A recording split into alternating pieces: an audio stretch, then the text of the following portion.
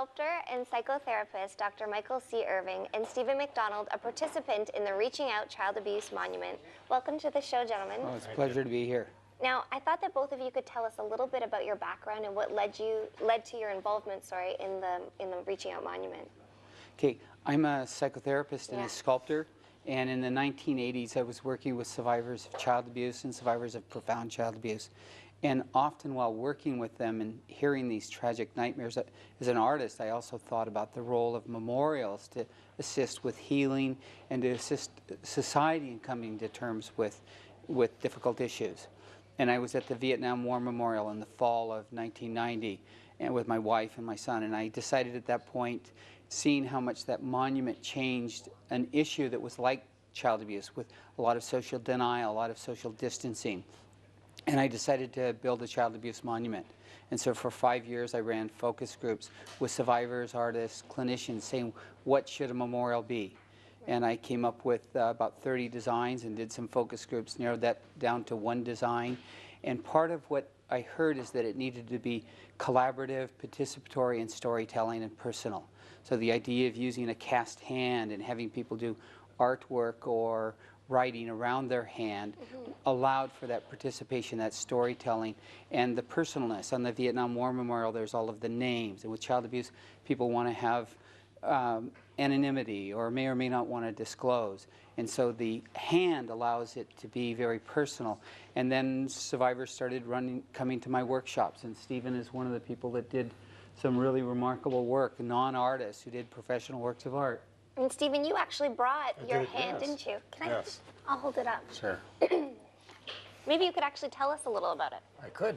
So in the bottom corner here, we have a phoenix rising out of the flames, representing a rebirth. So for me, when I met Michael 14 years ago, this was the first time I had spoken out in public about the experience that I went through. And this allowed me a voice and a piece of healing at the time. It was the single most influential piece of my healing then. And I got to meet other survivors as well. So in the casting of my hand, this is a sort of new birth, the phoenix rising. This is a shattering of some defenses that I had put up as a child and teenager and into my 20s to keep people away and try and keep me safe. So it's a breaking down of those walls. And this broken heart is the perpetrator. For me, was my stepfather, so he literally broke my heart and trust through his perpetration. And this is a symbol of hope for me and a continued symbol of healing for me to look at it, to see it on the monument. I put my hand on it every time I'm there. It's a continuing 14-year piece of healing for me. Yeah. Wow. And it's quite beautiful, you know. Thank you. Yeah. It's quite remarkable that I think we have a picture of the monument. There are 300 quilt squares on the monument made by non-professional artists, people as young as 4 years old to as old as 70, from across Canada. And it was very healing for people to make the squares, but what is remarkable is that visitors, we've got one figure finished in bronze that's sitting in my driveway at 274 Rhodes Avenue in Toronto. And people that visit the monument who are survivors literally experience a healing in the validation and acknowledgement and the storytelling that's there. And when they come with their partners or their spouse or their friends, those people experience a greater understanding of the issues. So it's quite remarkable how art can heal and how everyday people can make what has been being called a masterpiece work. And you're asking people now to help out, right? Yes. We all want to do something about child abuse, and we often don't know what to do. And the Monument Project is going to donate these two massive monument figures, 8,000 pounds of bronze, donate it to the province of Ontario, along with the money to build a parquet. And we need the Premier to understand and to know how many people are behind this. So we've got a petition.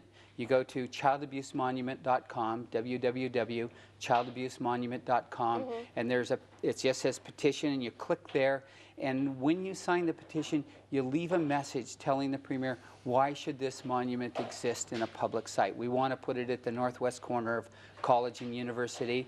We've been working with the province for a couple of years to donate it to them. The monument has literally been in the works for almost 20 years in the design and production stage, and people have been sculpting on it for 16 years on one piece of art. It's really quite remarkable. It's so inspirational that you can use art to heal your heart. You know? Yes, yeah. It feels like yeah. that's what it's about. And I just want to hold up these pictures here because they're quite beautiful of the process. You guys, and I don't think, I was looking at photos online and I didn't realize how big it was until I saw you standing next to it, and then it really hit me that it was quite ginormous. It's huge. So there's the details of the quilt squares that people made and fabricating them, me doing the detail work to put them on the monument, and just the massiveness of it, how it fills up this big warehouse space. And this is one of two figures. Now, as a doctor and an artist now, but you overcame child abuse as well, correct? I had severe child abuse when I was a little guy, and it really debilitated me. It made me shy, and it made it difficult to speak, and it made it difficult to communicate and relate to other people, and I suffered every day from it. I tried to commit suicide. I put a rope around my neck and hung myself when I was 6 years old. Wow. And that's the kind of pain that child abuse inflicts. And I spent a lot of money on therapy, and I have a wonderful relationship as an adult. And I've healed, and it is possible to heal. Yes. And part of my healing is doing a lot of therapy, and part of my healing is in relationship with someone. Part of the healing is the acknowledgement and validation I've gotten from others. And that's what people can do now to help survivors heal, is to vote for the monument and to visit the monument. Well, thank you both for coming in today. It was a pleasure to meet both of you. Oh, it's wonderful to be here. For more information, you can go to www.childabusemonument.com, and here is some more information on the Reaching Out Monument. Yeah.